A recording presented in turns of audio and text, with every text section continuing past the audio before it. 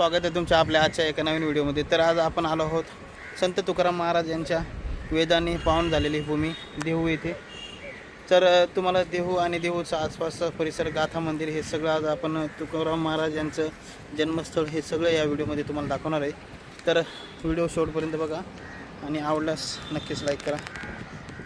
तर बघू शकता हे समोरच जे आतमध्ये इंद्रायणी नदीच्या काठावरती जे आतमध्ये बनवले बघा गोल आणि आतमध्ये दगड उघड ठेवले। तर त्या ठिकाणीच संत तुकाराम महाराज यांनी ज्या गाथा लिहिलेल्या होत्या तर त्या गाथा इथेच पाण्यात विसर्जन केल्यात। परंतु त्यांची दैवी शक्ती किंवा त्यांचा भक्तीमुळे तर ते पाण्यात तरंगल्या होत्या। हेच ते ठिकाणी इंद्रायणी नदीच्या काठी बघू शकता तुम्ही। समोरच्या साईडलाच PMT बस स्टॉप आहे आणि त्या साईडला हा पूल आणि त्या साईडला बघू शकता तुम्ही समोर त्या साईडला बघा, तुम्हाला झूम करून दाखवतो, मंदिर आहे संत तुकाराम महाराज संस्थान। तर अशा पद्धतीने तुम्ही हे स्थळ भेट देऊ शकता। खूप छान परिसर आहे, घाट मस्त बनवला आहे। इथं वारी वगैरे असली तेव्हा खूप लोकांची गर्दी असते।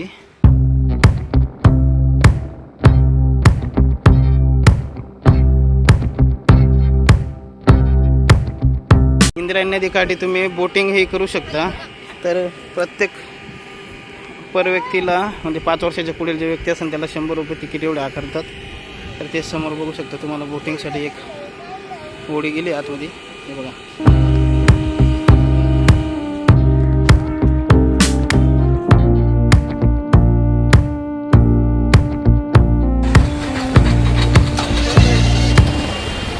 संत तुकाराम महाराज यांचं प्रवेशद्वार, देहूचा चिंतामणी गणपती मंदिर।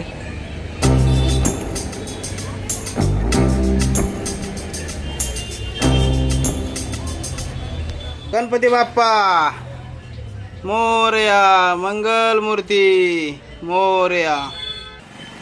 बाहेरील परिसरात असे छोटे छोटे दुकान आहेत प्रसादाचे, रसुंदीचे। जगद्गुरु श्री तुकाराम महाराज महाद्वार,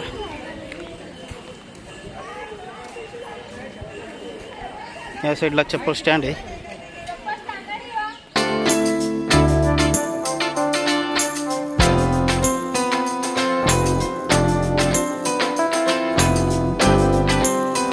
मंदिर व मंदिराचा परिसर,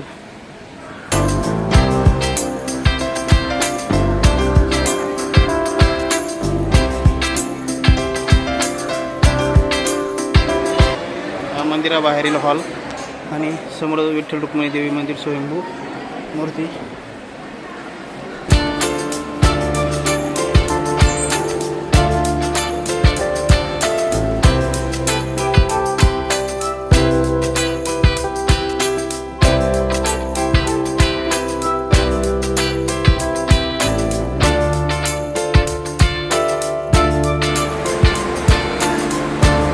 मंदिर हे काळ्यापासून दगडात बांधकाम आहे, खूप छान झुंबर वगैरे लावून आणि वरती एअर हवा येण्यासाठी जागा। महादेव मंदिर,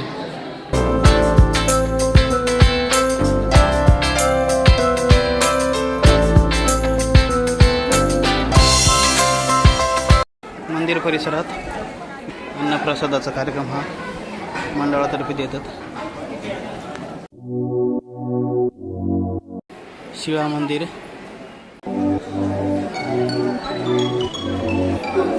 संत बहिणाबाई शिवकर मंदिर,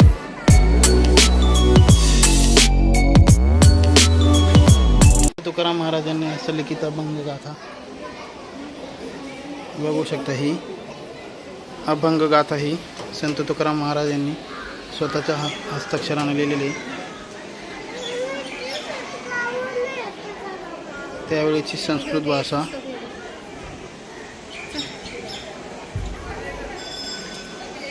हे मंदिराच्या परिसरात तुम्हाला बघायला मिळेल। मित्र हो, मगाशी आपण शिळा मंदिरात गेलो होतो। आतमध्ये मोबाईल शूटिंग वगैरे अलाउड नसल्या कारणाने आपण आतमधलं दृश्य हे दाखवू शकलो नाही आणि ते आपण मंदिराचे पावित्र्य जपलंच पाहिजे।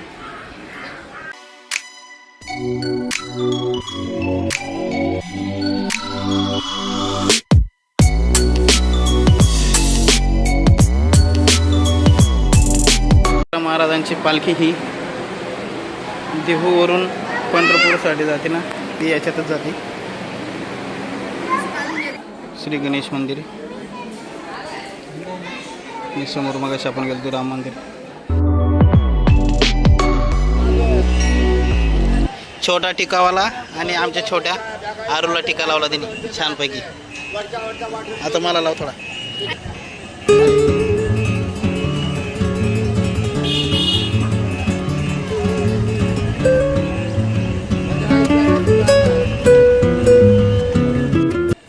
जगद्गुरु श्री संत तुकाराम महाराज जन्मस्थान वाडा जाण्याचा मार्ग आहे. मंदिर समोर आहे. मंदिराच्याच बाजूला हा जो पायरी मार्ग आहे, या मार्गाने आपण जन्मस्थानाकडे जात आहोत. तर आपण आलात तर नक्की या जन्मस्थानाकडे आपण यावे. बऱ्याचशा लोकांना अजूनही माहीत नाही. मंदिरात दर्शन करून लोक असेच माघारी जातात. समोरच बघू शकता तुम्ही संत तुकाराम महाराज यांचे जन्मस्थान मंदिर. संत तुकाराम महाराज यांचा जन्म कालावधी हा 1608 ते 1649 एवढा कालावधी होता. खूप छान आहे लाकडी बांधकामाचं.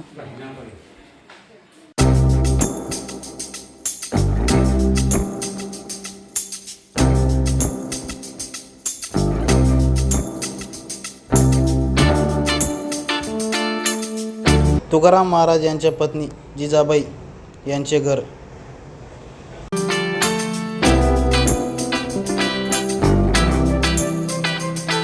त्याचा वाडा हा अजूनही जुन्या पद्धतीचाच ठेवला आहे. थोडंफार पत्र्याचं बांधकाम वरती टाकले, छप्पर गेल्यामुळे पत्रे बांधलेत आणि लाकडे सगळं.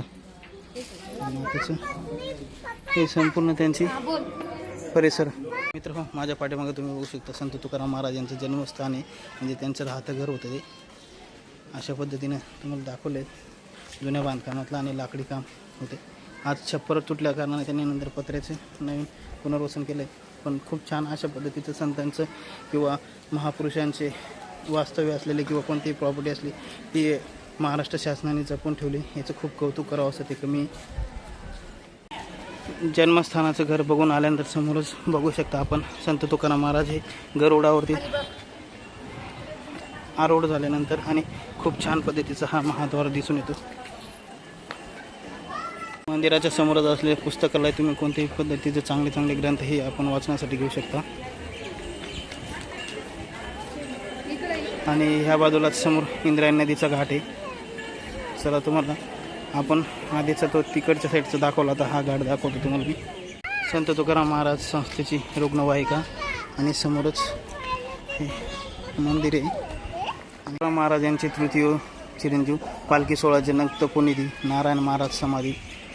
ज्या पद्धतीनं आपण आळंदीची पालखी पंढरपूरला जाते त्याच पद्धतीनं देहूवरून पालखी ही पंढरपूरला चालू करण्याची नारायण महाराज यांनाच श्रेय जाते आणि यांनीच सुरुवात केली. सर्वप्रथम सांगितले जाते आणि इतिहासही आपल्या बऱ्याच लोकांना माहीत असेल की संभाजी महाराज यांनी नारायण महाराजांना आपल्या स्वराज्यातून काही निधी प्राप्त करून ही पालखी सोहळा चालू केला होता.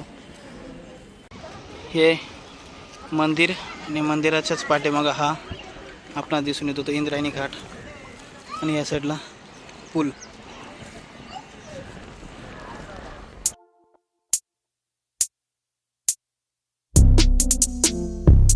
इंद्रायणी घाट बघून आता आपण मंदिराच्या परिसरात जाऊ.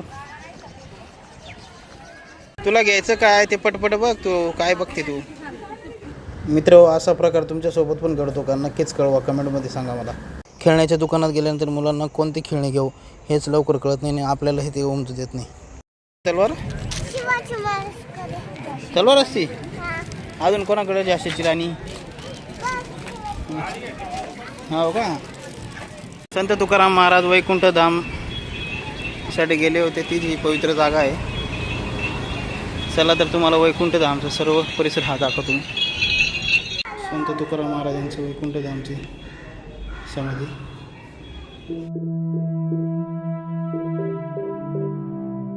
श्री जगद्गुरु संत श्रेष्ठ तुकाराम महाराज वैकुंठ धाम गमन स्थाने हे नांदोरकी वृक्ष या झाडाखाली त्यांचं वैकुंठ धामास गमन झाले. हा त्याच्या आजूबाजूचा सजावट केलेला परिसर बघू शकता आपण वडाच्या झाली संत तुकाराम महाराज विठ्ठलाची भक्ती करताना आणि गाथा पाण्यातून काढताना स्वतः पांडुरंग विठ्ठल.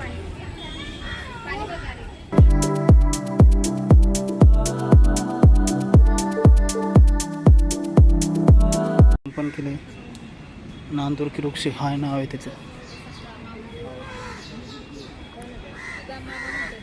आणि समोरच संत तुकाराम महाराज यांचं वैकुंठधाम मंदिर, वैकुंठधामचा प्रवेशद्वार आणि हे बाजूलाच आश्रम म्हणजे जे वारकरी मंडळींना राहण्यासाठी सोय. हा मंदिराचा परिसर खूप छान आहे. तर मित्र आता आपण आलो आहोत गाथा मंदिराला. तुम्हाला गाथा मंदिर आणि त्याचा बाजूचा परिसर किंवा त्यातमधले जे गाथा लिहिलेले आहेत त्या तुम्हाला दाखवतो. खूप छान पद्धतीने समोर तुम्हाला दिसतंय ते गाथा मंदिर. खूप छान मंदिर बनवलं आहे आणि खूप मोठं पण आहे. हा गाथा मंदिरचा प्रवेशद्वार. तर मित्र हो, आपण गाथा मंदिरात आत पटांगणात प्रवेश करून आलो आहे. हे आजूबाजूला त्याचे गार्डन आणि हा मंदिर. सुरुवातीला आलतो तेव्हा होतं चालू आहे, कारंजे वगैरे चालायचे सगळे मस्त. आता बंद केलेत त्यांनी. संध्याकाळचं असं पण हे उन्हाळ्याचं पाणी नसेल त्यामुळे बंद येते. आपण चालत नाही ना ते. हे समोर 2 प्रवेशद्वाराच्या दोघं साईडनं खूप मोठे भले हत्ती दिसले का तुला? दोघं हत्ती कुठे? हत्ती दाखव. हा एक आहे आणि तो एक.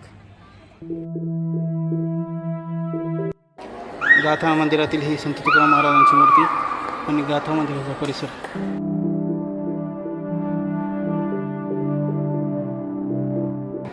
संत तुकोबांनी आणि बाकीचे संपूर्ण ग्रंथ हे या मंदिरात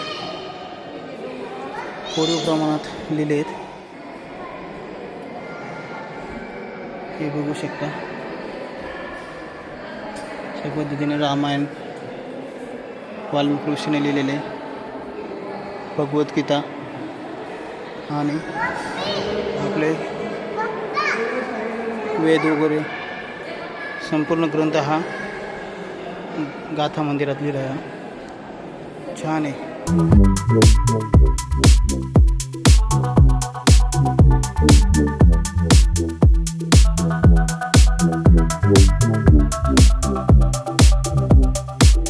संपूर्ण मंदिराच्या परिसरात जिथे जिथे गोल घुंबट आहे षटकोनी आकाराचा त्या ठिकाणी सर्व ठिकाणी बघू शकतो आपण रामकृष्ण हरीचा हात जपलेला आहे.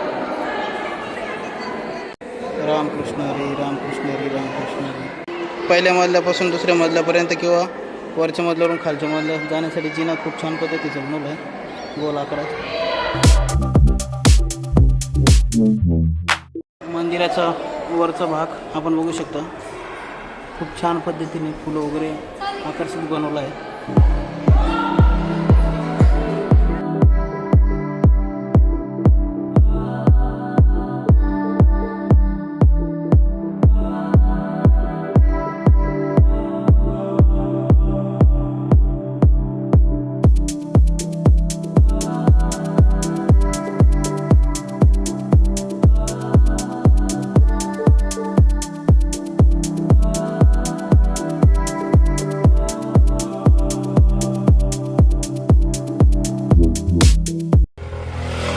मित्र हा समोर बघू शकता तुम्ही भंडारा डोंगर, तिचा रस्ता आणि त्याच्या लगतच असलेला हा व्ह्यू पॉईंट. सायंकाळच्या वेळी खूप छान पद्धतीने इथं सनसेट पॉईंट हा बघायला मिळतो. बघू शकता तुम्ही. आता ही क्लायमेट खूप छान आहे मित्र हो. बघू शकता तुम्ही इथं भंडारा डोंगरावरती अशा पद्धतीचं मंदिराचं बांधकाम चालू आहे. खूप छान आणि भव्य दिव्य असं आहे. त्या मंदिराचा आराखडा आपण बघू शकतो. बाहेरच एक बोर्ड लावण्यात आला आहे. त्या पद्धतीने तो मंदिराचं बांधकाम होणार आहे. खूप छान आणि मोठं मंदिर आहे. हा बघू शकता आपण मंदिराचा गाभारा म्हणजे पहिला मजला. अजून बांधकाम बघण्यास मनाई आहे. पण लवकरात लवकर मला तरी वाटतं मंदिराचं काम पूर्ण होईल. हा परिसर मंदिराचा.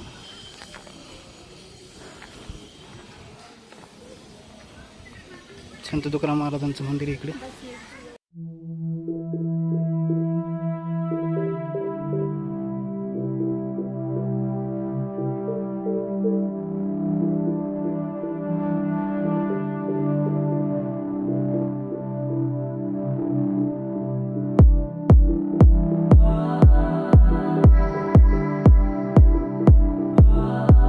ते बघ रे गाय आहे तिथे बघ गाय. ते बघ तुला दिसते तर चल.